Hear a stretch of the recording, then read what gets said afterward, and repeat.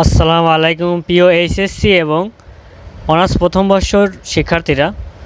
আজকে আমি আলোচনা করব তোমাদের খুবই গুরুত্বপূর্ণ একটা প্রশ্ন নিয়ে। সেটা হলো 6 দফাকে বাঙালি জাতির মুক্তি সনদ বা ম্যাগনা কার্টা বলা হয় কেন? ভূমিকা: ইংল্যান্ডের ইতিহাসে ম্যাগনা কার্টা যেমন গুরুত্বপূর্ণ, বাঙালির স্বাধীনতার ইতিহাসে 6 দফা তেমনই গুরুত্বপূর্ণ একটি কর্মসূচি। ম্যাগনা কার্টাকে যেমন ব্রিটিশ শাসনতন্ত্রের বাইবেল বলা হয়, তেমনই 6 দফা কর্মসূচিকেও বাঙালি জাতির মুক্তির সনদ বলা হয়। বঙ্গবন্ধু 6 দফাকে আমাদের বাঁচার দাবি হিসেবে অভিহিত করেছেন।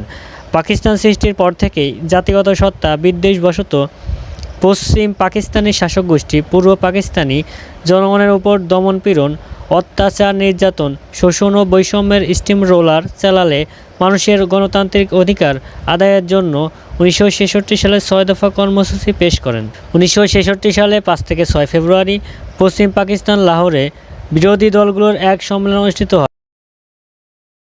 উক্ত সম্মেলনে আওয়ামী লীগ নেতা বঙ্গবন্ধু শেখ মুজিবুর রহমান রাজনৈতিক ও অর্থনৈতিক অধিকার প্রতিষ্ঠার লক্ষ্যে যে কর্মসূচি ঘোষণা করেন তাই ইতিহাসে 6 দফা কর্মসূচি নামে পরিচিতি লাভ করেছে। বাঙালি মুক্তির সনদ: পাকিস্তানি শাসকচক্রের অত্যাচার, নিপীড়ন, শোষণ ও নির্যাতনের বিরুদ্ধে 6 দফা ছিল বাঙালির মুক্তির সনদ। শেখ মুজিবুর রহমান বলেন, 6 দফা বাংলার কৃষক, শ্রমিক, মজুর, মধ্যবিত্ত তথা গোটা বাঙালির মুক্তির সনদ এবং বাংলার স্বাধিকার প্রতিষ্ঠার নিশ্চিত পদক্ষেপ। সুতরাং বাঙালির মুক্তির সনদ হিসেবে এর গুরুত্ব অপরিসীম। স্বাধিকার আন্দোলন: 6 দফা বাঙালি জাতিকে তাদের স্বাধিকার আদায়ে প্রেরণা জুগিয়েছে। যেসব লক্ষ্য ও শর্তকে সামনে রেখে পাকিস্তান সৃষ্টি হয়েছিল তার একটিও বাস্তবায়িত না হওয়ায় 6 দফা কর্মসূচির মাধ্যমে বাঙালি জাতির স্বাধিকার আন্দোলনে ঝাঁপিয়ে পড়ে। বাঙালি জাতীয়তাবাদ সুদৃঢ়করণ: 6 দফা আন্দোলনের মাধ্যমে বাঙালি জাতির জাতীয়তাবাদের ভিত্তি আরও সুদৃঢ় হয়।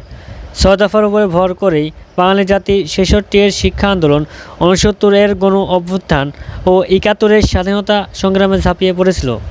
70-এর নির্বাচনে জয়লাভ: 1970 সালের সাধারণ নির্বাচনে আওয়ামী লীগ 6 দফা কর্মসূচিকে তাদের নির্বাচনী ম্যানিফেস্টো হিসেবে দাঁড় করায়।